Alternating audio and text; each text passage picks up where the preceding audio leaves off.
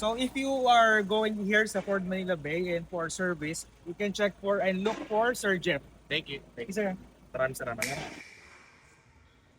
So today marks the first PMS of Rhino, yung Ford Everest natin na next gen 2025. Last year, kailan ba resibo hindi na? After cleaning of brakes, checking ng measurements, we have to reapply the grease para lang mag-play na maayos yung brakes. Flashing before lagyan ng fully synthetic oil. Okay. So, ito yung total, 17. 17,690. Okay.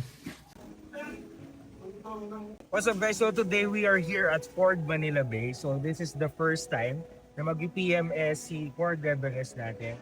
And it's around 5,000 kilometers na yung natakbo natin. So first time natin with here kasi iba naman yung make ng previous car natin. So sobrang dali lang ng process. So pagpunta sa receptionist, check agad, nag-coat, pinatanggal yung mga gamit sa loob. So tara, check na natin. Sabi, abutan kami ng break. So it will take 2 to 3 hours para matapos itong first PMS. So supposed to be, kapag 1 year plus na yung unit mo, it should be scheduled sa PMS. Kasi kung hindi, magbabayad ka ng additional labor of 4,500 for the engine oil. Pero kasi since umabot tayo sa 1 year, free lang yung labor. So mamaya balikan natin. So, bilhin mo na kami ng coffee. I'm here with Item. Anthony yung naka-shades kasi ewan ko namatay ang kabawan na. O walang tulog. Namatay ng kuko.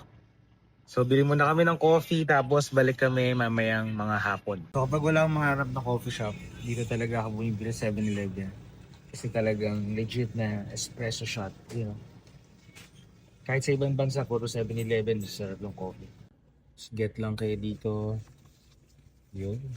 Ano to, cappuccino? Alam mo. Tsaka isang, anong size yan, Mac? Isang medium na cappuccino, sir. Ayan, lagay nyo na yung sleeves.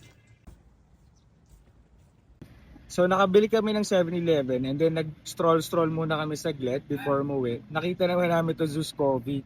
So, sayang. So, ngayon, ibilan namin si wife para yun na lang yung pasalubong namin sa kanya.